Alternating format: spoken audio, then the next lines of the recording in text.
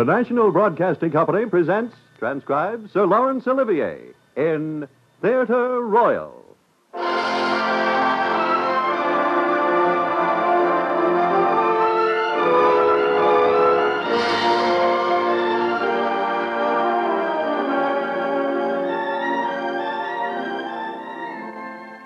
This is Laurence Olivier. During the past few weeks, I've had the pleasure of introducing in this series a number of good friends of the theater. Whilst the new stage play in which my wife and I are appearing was touring prior to its London presentation. Last week, we opened a season in the West End of London, and that is why it gives me a special pleasure today to appear for the first time in the play which I present. I shall each week be choosing different stories. Today's play is from the pen of Honoré de Balzac, and I'm going to play the role of Hippolyte Schinner, a young artist. The place is Paris. The time, many years ago. The title is The Purse.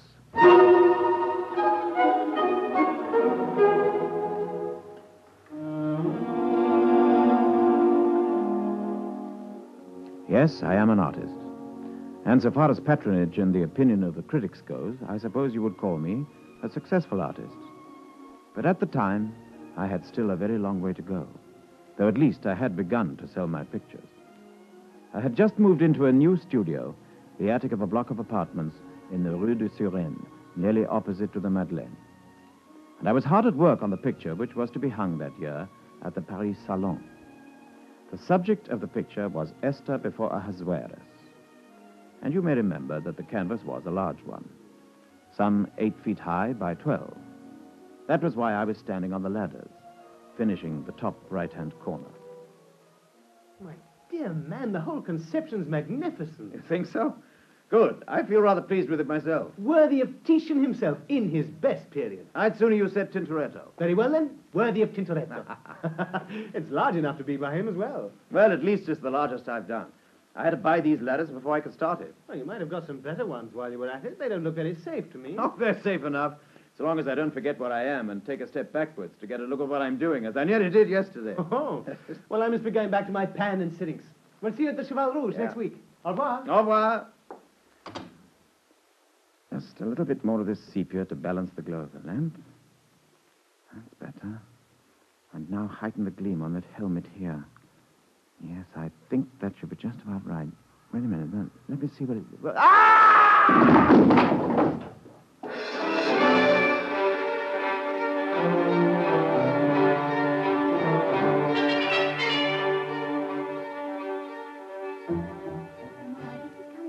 He's moving his arm. Let me bathe his head again, my dear. A little more of the hartshorn. Yes. There. Where am I? What happened? Everything's all right, monsieur. You fell and hit your head on a stool there. I fell? Yes. Oh, yes. Yes, it's coming back to me now. I was painting on the ladder. I must have fallen off. Or stepped back. Yes, that was it. Just as Suchet said. Yes, now, please rest. You might have hurt yourself very badly. Can you move your arms and legs, monsieur? You're not hurt anywhere else? No, I think I'm quite all right. Apart sure? from my head. Is it a? It's nothing. Cut, and my shoulder, they're bruised, I think. But how did you come to be here? We live in the apartment below. We heard a crash and we thought we heard a groan. We came up to see if someone had had an accident and found the key in the door, so we came in and found you, monsieur. Very kind, mademoiselle. And you, madame. You are lucky to be no more badly hurt, monsieur. I think you must have broken your fall on the lay figure there. Now, tomorrow you must put on blisters or apply leeches and drink a few cups of some restorative. And you must lie down and rest. If you feel any pain by the morning, we will fetch a surgeon. Thank you, madame, but I really feel much better. I will lie down and rest for a few minutes. Then I shall be quite all right again. We will leave you then. Au revoir, monsieur. Au revoir, madame. Mademoiselle. Au revoir, monsieur. Come, Adelaide. Yes, Mama.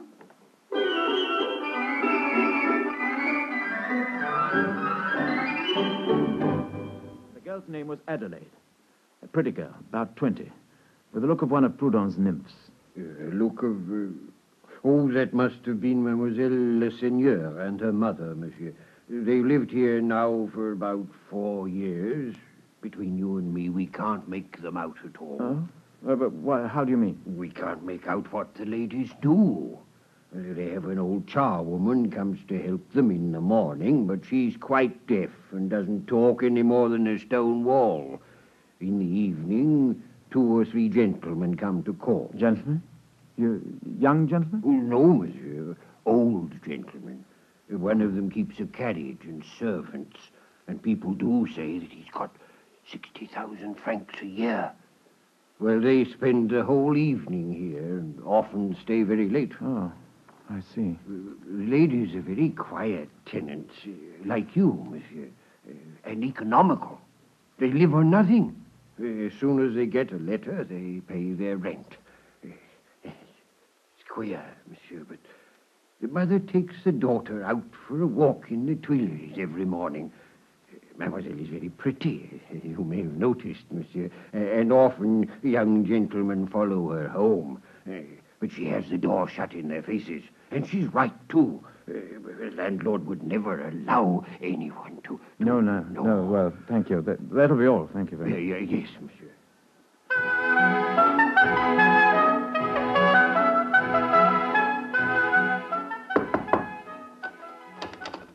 Good evening, mademoiselle. Good evening, monsieur. Won't you come in? Mamma, it is the gentleman from upstairs. Thank you.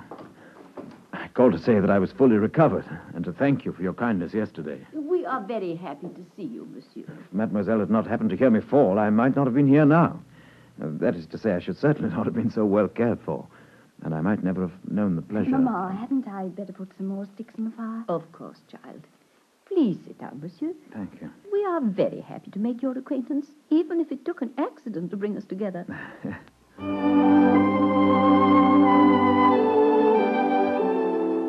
So began the friendship, which was to bring me so much happiness and so much heartache. The room in which I found myself was tastefully furnished, but bore all the evidence of poverty that is doing its best to pass for simplicity. In my early struggles, I had known such poverty myself, and all the little deceptions in which it seeks to hide. As for the old lady and her daughter, they had an air of gentility which spoke of better days. I longed to know them better and to win the right to friendship and esteem. At last, I thought that I'd found the means, for over the fireplace was a portrait. It was a solid daub of a painting, the portrait of a man in uniform. Yes, monsieur, that is my husband, the Baron le Seigneur de Rouville. As you see, he was a captain in the Navy. He died in battle at Batavia, fighting a British frigate. When I returned to France, Bonaparte was not yet in power, and I was refused a pension. Lately, when I applied for one again, the minister told me harshly that I had nothing to hope of the restoration either. His Excellency refused my application under some law of forfeiture. I had made the attempt only because some friends urged me to it, and for the sake of my daughter. Oh, yes, I'm sorry, madame. But I see that the painting is already fading. Before long, the colors will quite have gone. I should be honored if you would allow me to copy the painting for you on canvas. Oh, you are very kind, monsieur.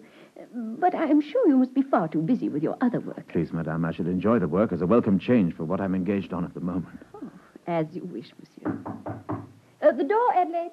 It must be the Comte. Will you let him in? Yes, Mamma. Excuse me, monsieur. I will get the cards ready, if monsieur will help me.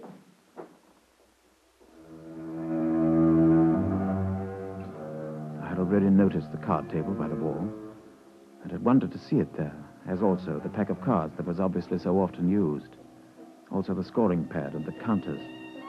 Now there was the sudden gleam in the old lady's eyes, the eagerness with which she prepared to receive her guests, and the voices of the guests themselves. Suddenly I was filled with a jealous suspicion. Who were these guests who sounded so familiar with the daughter out there in the anteroom? For that matter, who was the old lady who called herself a baroness and who lived here in such an unlikely setting? And were the cards and the counters there for more than a friendly game of piquet? Were they perhaps the means by which the old lady made her living? Why, Monsieur le Comte, you are too gallant. Now, let me present Monsieur Hippolyte Schiller. He is a neighbor and a painter. I am honored, monsieur. Thank you, And sir. the Chevalier de Halga. Servants, sir. Your servants. Well, Comte, are we ready for our little game? Of course, madame. And tonight I hope to be revenged for my losses of the last few weeks. It is all in the luck of the game. Now, draw up your chairs, gentlemen. Shall I deal? Please. So you are a painter, monsieur? Yes, the painter who will soon be very famous. He's going to do us a new portrait of my father. A better copy of the one that was done in Indies. He's very kind, I'm sure. Oh, it'll be a pleasure. The ladies have been very kind to me, and I'm happy to have the chance of repaying them. Indeed. It's my turn to discard, madame? Of course. Have you aces? Yes, madame. Mark 1.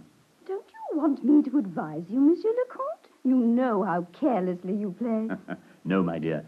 Stay over there where I can see you. It'll double my losses to be deprived of those bright eyes. You were better advised to keep your mind on the game, my Then I friend. shall need better luck in the hands I'm dealt, madame. I can do little enough with this one. Look.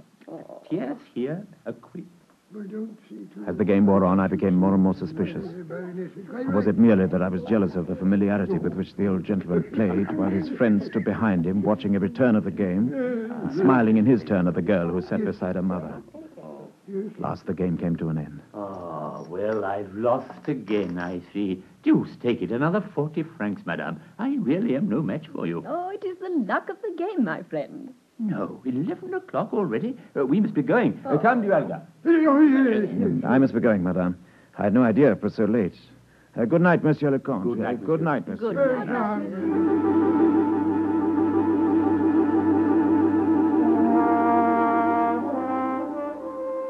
All night long I lay awake, thinking of the events of the evening. What could one make of them? What could one make of the old lady, the Baroness?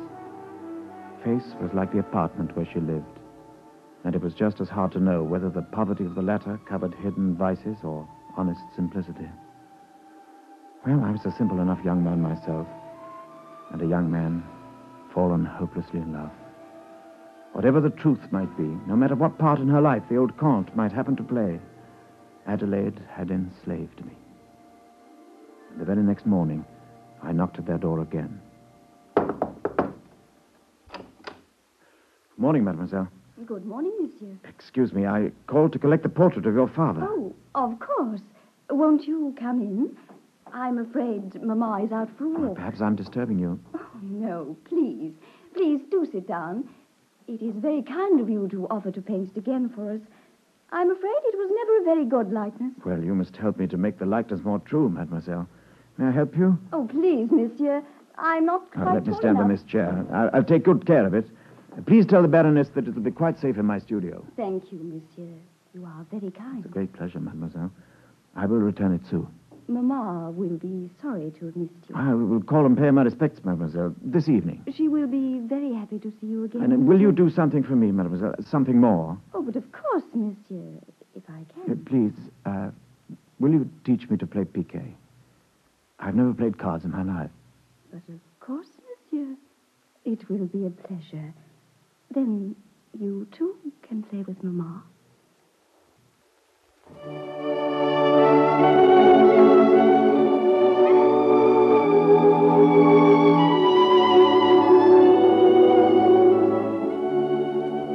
There was no doubt about one thing.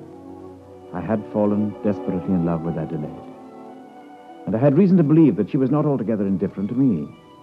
Her eyes became more tender and our glances more intimate each time we met.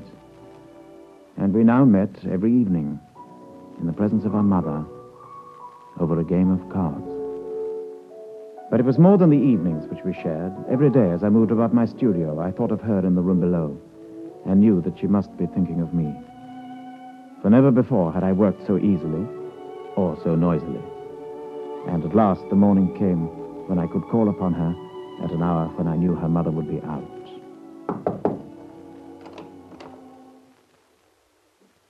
Good morning, mademoiselle. Good morning, Monsieur. I've finished my copy of your father's portrait. May I show it to you? But of course, Monsieur, please, come in. I'm afraid Mamma is taking her walk, but... Before I hang it, you must tell me whether it is a good likeness or not. Where I've strayed from the original. I've always tried to make it resemble you. It is a wonderful painting, Monsieur. And from what I can remember of Papa, a better likeness than the other. Thank you, mademoiselle. It will make my mother very happy. Your mother only? Well, as for me, I'm already too happy, Monsieur. I only wish it were in my power. Monsieur, I think I can hear my mother coming. Shall we see you again this evening, so that she may thank Well, you? of course, mademoiselle. As always.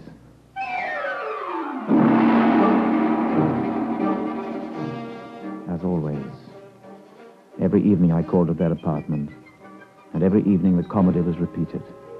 Cards were called for, the card table was set up, and the inevitable game of piquet began. Sometimes it was I who played with the Baroness, sometimes it was Monsieur le Comte, for he was no less regular in his attendance upon her than I was. But whoever it was that played with her, the Baroness continued to win. Some 20 francs a night.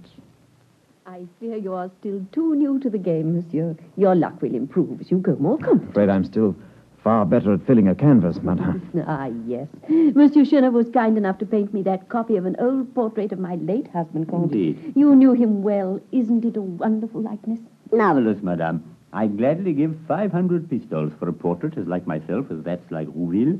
500 pistoles. If I were a portrait painter, Monsieur le Comte, I should not have painted that copy. I don't accept such commission. Oh, I beg your pardon. Madame, shall we go on? Very well. 6 kings. 6 kings it is. I think my luck may be rather better than our young friends here. Once again, my jealousy made me suspicious. Never had the old lady played more eagerly or shown more desire to win. Was she hoping to pay some debt, or was she driven by some necessity? The Comte seemed far too worldly wise to let her win his money for nothing. What interest brought him to her apartment at all? Might it not be Adelaide? And were not his familiarities to her his right, perhaps? Was she herself deceiving me? I watched him with all the jealous hatred of a man who almost believed himself deceived. Now, what did I tell you, Monsieur Lecomte? You should have let me advise you. Now you've lost again. 10 and 3 and 1 for the last trick.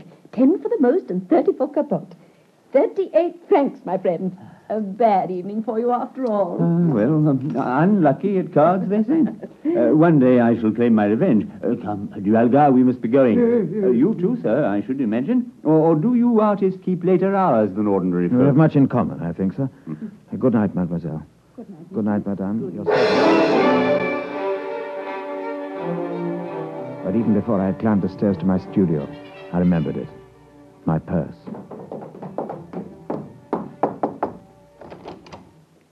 Excuse me for disturbing you, mademoiselle. I'm afraid I forgot my purse. Your purse, Monsieur. Are you sure? Yes, I remember I left it on the card table. It must still be there. Oh, but no, Monsieur. But I could have sworn. Well, as you see, Monsieur, it is not there. Monsieur must have made a mistake, I think. Yes. Yes, I must have made a mistake. I must have left it somewhere else. Good night, mademoiselle. Madame, I'm sorry to have disturbed you. My purse had been stolen. For 15 louis d'or and a few odd francs. The robbery had been so flagrant and then so impudently denied that I could no longer have any doubts as to the real character of my neighbors. I stood outside their door on the stairs, my legs trembling, my head swimming, my mind crowded with accusing thoughts, each small enough in itself, but all adding up to a horrible certainty. Adelaide, the girl I had come to love, was a thief. I only longed to believe that she was nothing worse.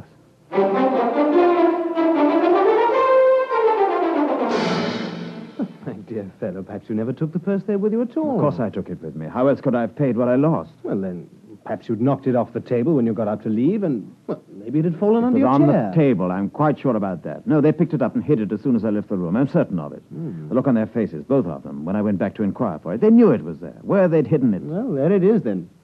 The girl's what you said she was. Yes, and I still love her. I shall always love her. Come, after all, dear boy. I shall always love her. After all, who am I to judge?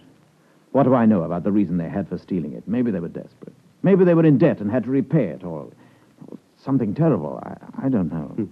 After all, I've been poor myself. I know what it means and what it can do to you when you're at your wit's end. Well, I suppose that's true enough. But who are they, anyway, she and her mother? Do I know them? Do they live around here? They live in the room below us. The mother said that she's the Baroness, and the daughter, Adelaide. But good heavens, yes, of course. The old Baroness and her pretty daughter. But, my dear fellow, they're quite notorious. Well, you don't really believe she's a Baroness, do you? I don't know. She seems to be. Living on a 4th floor? Oh, hardly, you know. Why, we see her every day in the Tuileries. That face of hers and the way she carries herself should have told you. But surely you knew what she was from the way she carries her bag. I don't know. After all... As for the girl, we're all after her. You know, she goes each morning to the Assumption, don't you? Well... Stop it, Suchet. But we all know her. Why, Jacques follows her home every day. If it wasn't for that old dragon of a concierge you've got... Well, you can't suggest anything to me about her that I haven't already imagined myself. What do you think I lie awake all night thinking about? Well, there you are, then. I've asked myself 100 times, what brings the old Comte there every evening? A man worth 80,000 francs a year. Why does he lose 20 or 30 francs a night to a mother? Why? Well, I should have thought that was only too obvious, dear boy. I still can't quite believe it. Not of her. If only you'd seen her, the frankness in her eyes, the innocence, the sweetness, the utter goodness in her. When she stole your purse? No, that was the only time I've seen her look somehow ill at ease. I'm not surprised at that. But yet even so, I can't really believe it of her. I almost wish I could. Then perhaps it wouldn't hurt me so much. Well, there's none so blind.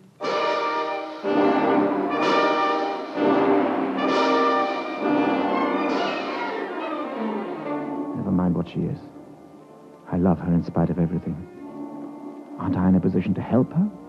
Why should I leave her when she needs me most of all? To be kind to someone we love, is there anything wrong in that? Is there anything to be ashamed of? Isn't it good to know that we love so much we can still be in love when others would have ceased to love? Oh, Adelaide. Adelaide. I've tried to forget you. For a week I've stayed away from you. I can't stay away anymore. I can't.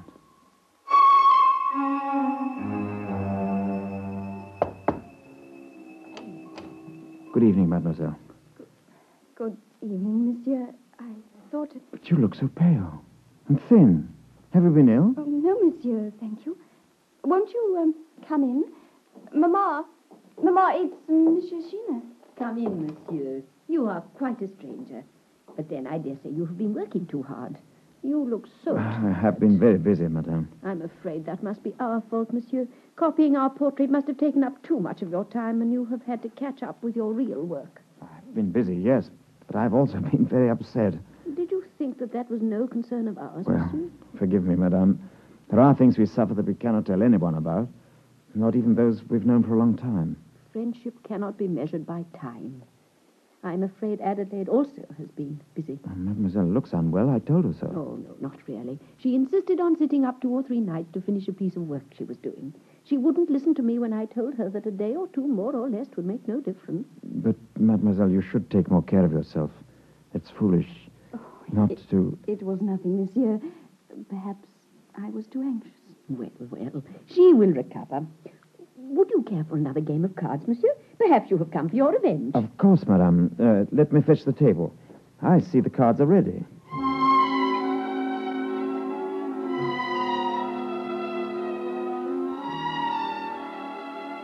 Have you kings, monsieur? Mark 2, madame.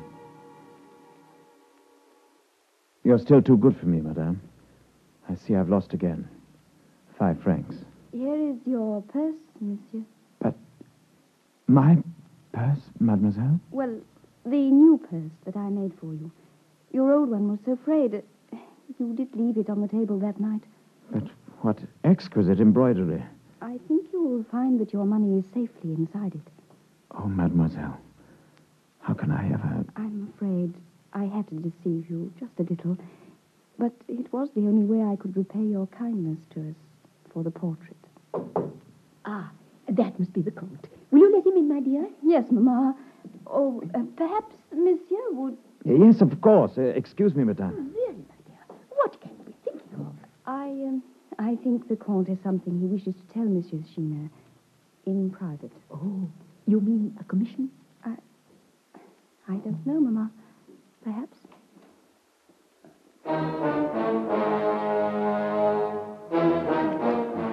Monsieur. Good evening. The ladies expect you. May I help you with your coat? Oh, thank you, monsieur. It's not quite so cold tonight, I think. No, not quite so cold. No. May I take you into my confidence over a little matter, monsieur? I see you're now an accepted member of my old friend's family. Very kind, sir. It's rather difficult to know just how to put it, but I think you may be wondering why I come here so often and lose quite so regularly at cards to this dear lady. Really, sir, I assure you... The fact is, she's the widow of a very good friend of mine who died honorably for his country.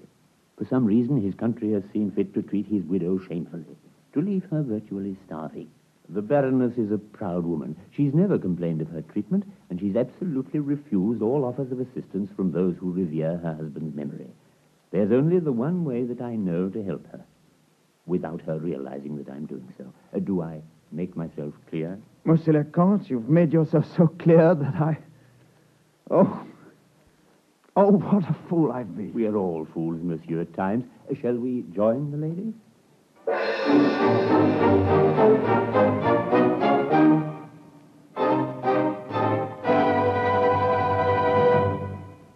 This is Laurence Olivier again. I should like to express my thanks to the members of the cast, who included Anne Goodrun in the role of Adelaide, Thea Wells as La Baronne, her mother, Keith Pyatt as the Count, together with Robert Rietti and Stephen Jack. Next week, I look forward once again to the pleasure of your company, when I shall introduce and appear in another play. Until then, au revoir, and thank you.